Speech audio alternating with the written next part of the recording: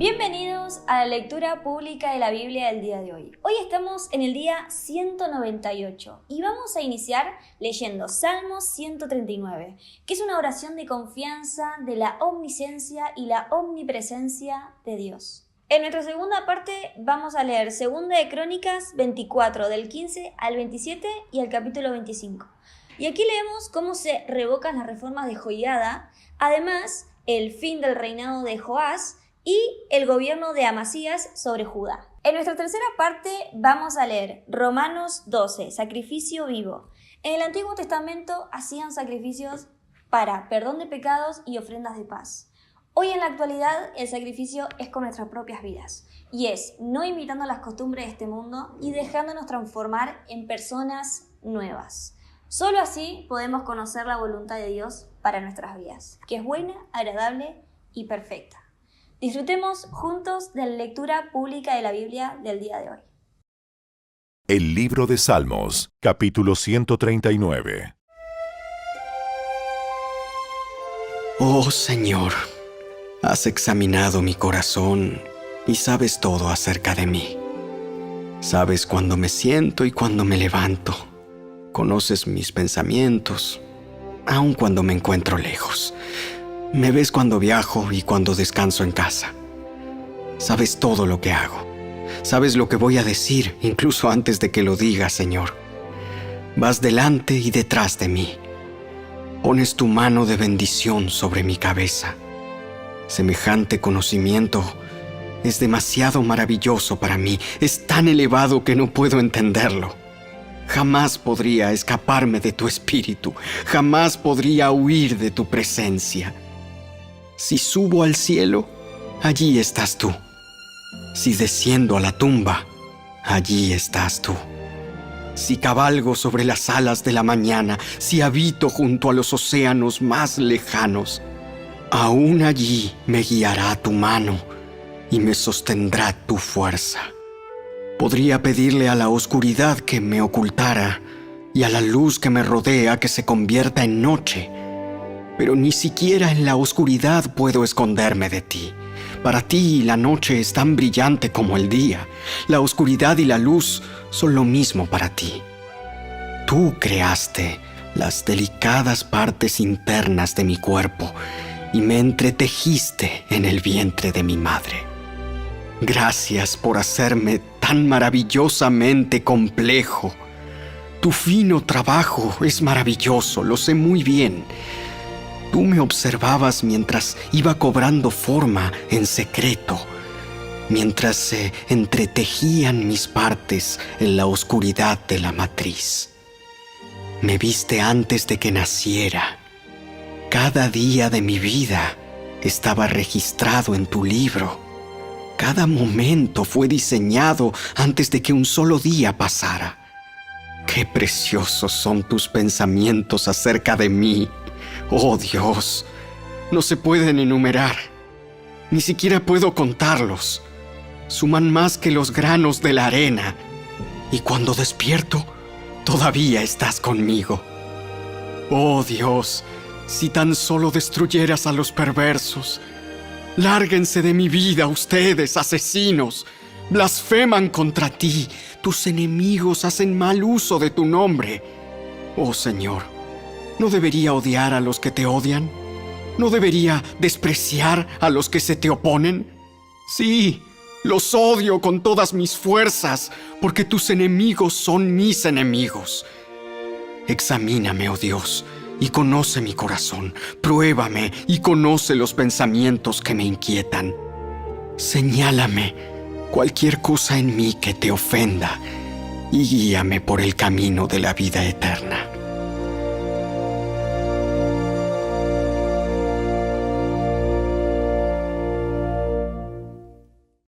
El segundo libro de las Crónicas, capítulo 24. Joiada vivió hasta una edad muy avanzada y finalmente murió a los 130 años. Lo enterraron con los reyes en la ciudad de David, porque había hecho mucho bien en Israel para Dios y su templo. Después de la muerte de Joiada, Los líderes de Judá fueron y se inclinaron ante el rey Joás y lo persuadieron para que escuchara sus consejos. Decidieron abandonar el templo del Señor, Dios de sus antepasados, y en cambio rindieron culto a ídolos y a los postes dedicados a la diosa Acera. A causa de este pecado, el enojo divino cayó sobre Judá y Jerusalén. Sin embargo, el Señor envió profetas para que el pueblo se volviera a Él. Los profetas advirtieron al pueblo, pero aún así ellos no quisieron escuchar.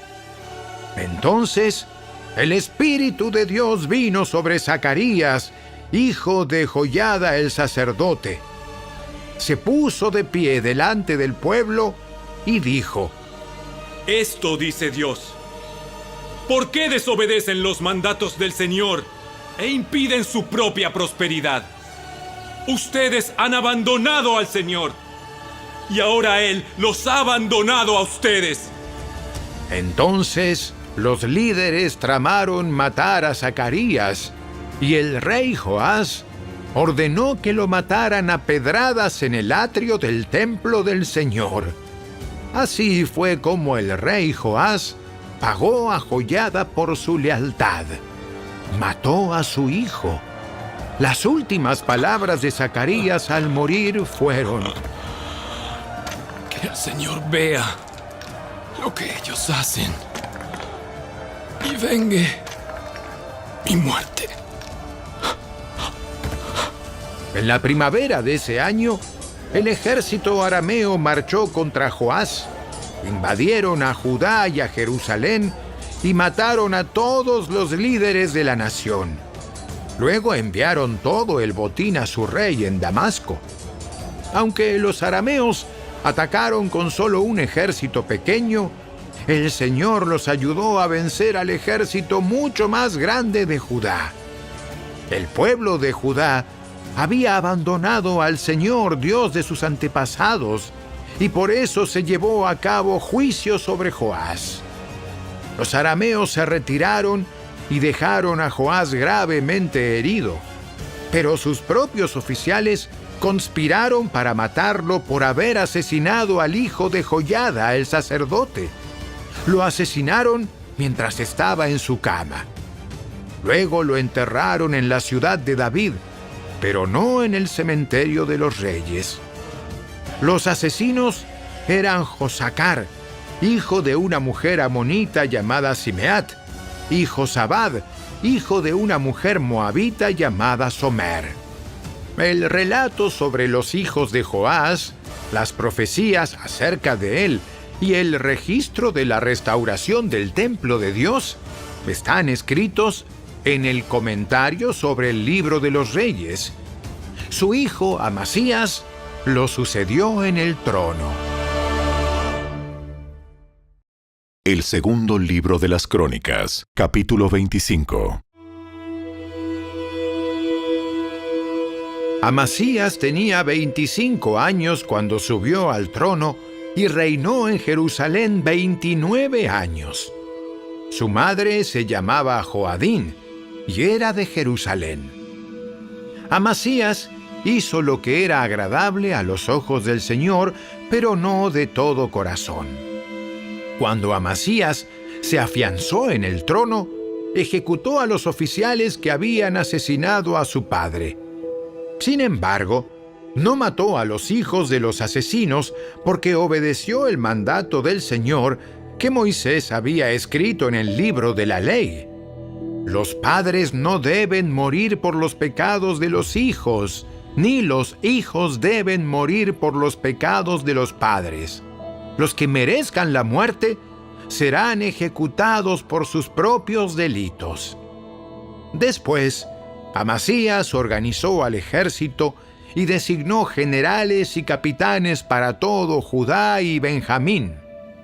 Hizo un censo y descubrió que tenía un ejército de 300,000 soldados selectos, hombres de 20 años o más, todos entrenados en el uso de la lanza y el escudo. También pagó alrededor de 3.400 kilos de plata para contratar de Israel 100.000 hombres de guerra con experiencia. Entonces, un hombre de Dios se presentó ante él y le dijo: Su Majestad, no contrate tropas de Israel porque el Señor no está con Israel. Él no ayudará a esa gente de Efraín. Si usted permite que ellos vayan a la batalla junto con sus tropas, ustedes serán derrotados por el enemigo sin importar qué tan bien peleen. Dios los derribará porque Él tiene el poder para ayudarlos o para hacerlos tropezar. Amasías le preguntó al hombre de Dios: ¿Pero qué de toda esa plata que pagué para contratar al ejército de Israel?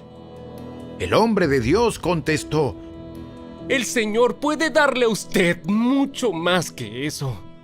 Así que Amasías dio de baja a las tropas que había contratado y las envió de regreso a Efraín. En consecuencia, se enojaron con Judá y regresaron enfurecidos a sus casas. Luego Amasías se armó de valor y dirigió a su ejército al valle de la Sal, donde mataron a 10.000 soldados edomitas de Seir.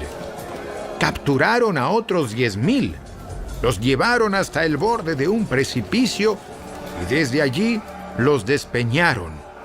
Al caer sobre las rocas abajo, se hicieron pedazos. Mientras tanto, las tropas contratadas que Amasías había enviado de regreso hicieron incursiones en varias ciudades de Judá entre Samaria y Bet-Horón. Mataron a 3.000 personas y se llevaron un gran botín. Cuando el rey Amasías regresó de masacrar a los edomitas, trajo consigo los ídolos que le había quitado a la gente de Seir. Los puso como sus propios dioses. Se inclinó ante ellos y les ofreció sacrificios. Esto hizo enojar mucho al Señor, quien le envió un profeta para que le preguntara: ¿Por qué acudes a dioses que ni siquiera pudieron salvar a su propio pueblo de tu mano? Pero el rey lo interrumpió y le dijo: ¿Desde cuándo te nombré consejero del rey? ¡Cállate antes de que te mande matar! El profeta no insistió más, pero hizo esta advertencia: Sé que Dios ha decidido destruirte porque has hecho esto y te negaste a aceptar mi consejo. Después de consultar con sus consejeros, el rey Amasías de Judá envió a Joás, rey de Israel, hijo de Joacás y nieto de Jehú, el siguiente desafío: ¡Ven y enfréntate conmigo en batalla! Entonces el rey Joás de Israel respondió a Amasías, rey de Judá, con el siguiente relato: En las montañas del Líbano, un cardo le envió un mensaje a un poderoso cedro: entrega a tu hija en matrimonio a mi hijo. Pero en ese momento, un animal salvaje del Líbano pasó por allí, pisó el cardo y lo aplastó. Tú dices: he derrotado a Edom, y estás muy orgulloso de eso, pero mi consejo es que te quedes en casa. ¿Para qué causar problemas que solo te traerán calamidad a ti y al pueblo de Judá? Sin embargo, Amasías no le hizo caso, porque Dios estaba decidido a destruirlo por haber recurrido a los dioses de Edom. Entonces Joás, rey de Israel, movilizó a su ejército contra Amasías, rey de Judá. Los dos ejércitos se pusieron en pie de guerra en Bet-Semes, en Judá. El ejército de Israel venció de manera aplastante a Judá, y sus soldados se dispersaron y huyeron a sus casas. En Bet-Semes, el rey Joás de Israel capturó a Amasías, rey de Judá, hijo de Joás y nieto de Ocosías. Después lo llevó a Jerusalén donde demolió 180 metros de la muralla de la ciudad, desde la puerta de Efraín hasta la puerta de la esquina. Se llevó todo el oro y la plata y todos los objetos del templo de Dios que habían estado al cuidado de Obed-Edom. También se apoderó de los tesoros del palacio real y tomó rehenes. Luego regresó a Samaria. Amasías, rey de Judá, vivió 15 años después de la muerte del rey Joás de Israel. Los demás acontecimientos del reinado de Amasías, desde el principio hasta el fin, están registrados en el libro de los reyes de Judá y de Israel. Después que Amasías se alejó del Señor, hubo una conspiración en Jerusalén contra su vida, y el rey huyó a Laquis. Pero sus enemigos mandaron a unos asesinos tras él y allí lo mataron. Llevaron su cuerpo sobre un caballo y lo enterraron con sus antepasados en la ciudad de David.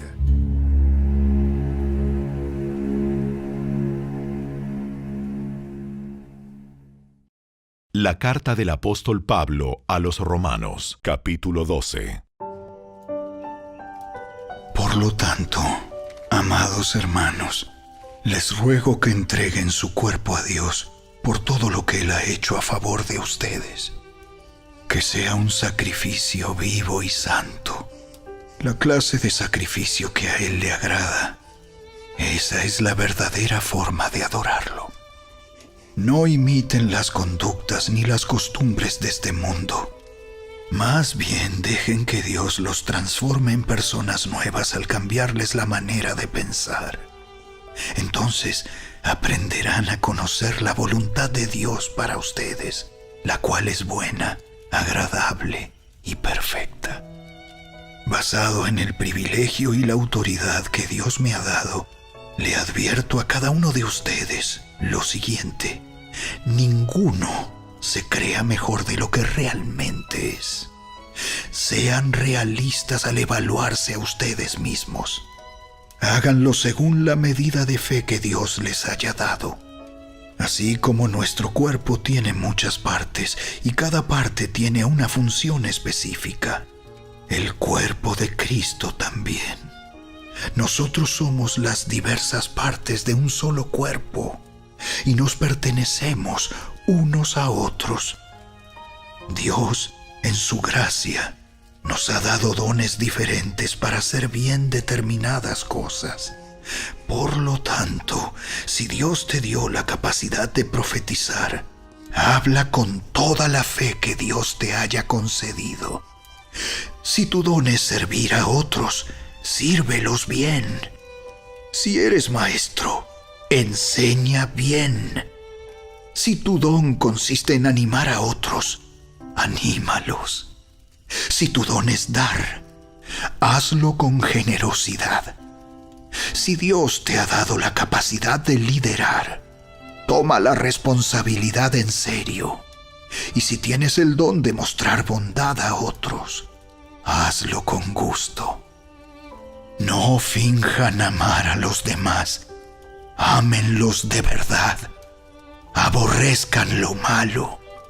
Aférrense a lo bueno. Ámense unos a otros con un afecto genuino y deleítense al honrarse mutuamente. No sean nunca perezosos. Más bien trabajen con esmero y sirvan al Señor con entusiasmo. Alégrense por la esperanza segura que tenemos. Tengan paciencia en las dificultades y sigan orando. Estén listos para ayudar a los hijos de Dios cuando pasen necesidad. Estén siempre dispuestos a brindar hospitalidad. Bendigan a quienes los persiguen. No los maldigan, sino pídanle a Dios en oración que los bendiga. Alégrense con los que están alegres y lloren con los que lloran. Vivan en armonía unos con otros. No sean tan orgullosos como para no disfrutar de la compañía de la gente común. Y no piensen que lo saben todo. Nunca devuelvan a nadie mal por mal. Compórtense de tal manera que todo el mundo vea que ustedes son personas honradas. Hagan todo lo posible por vivir en paz con todos.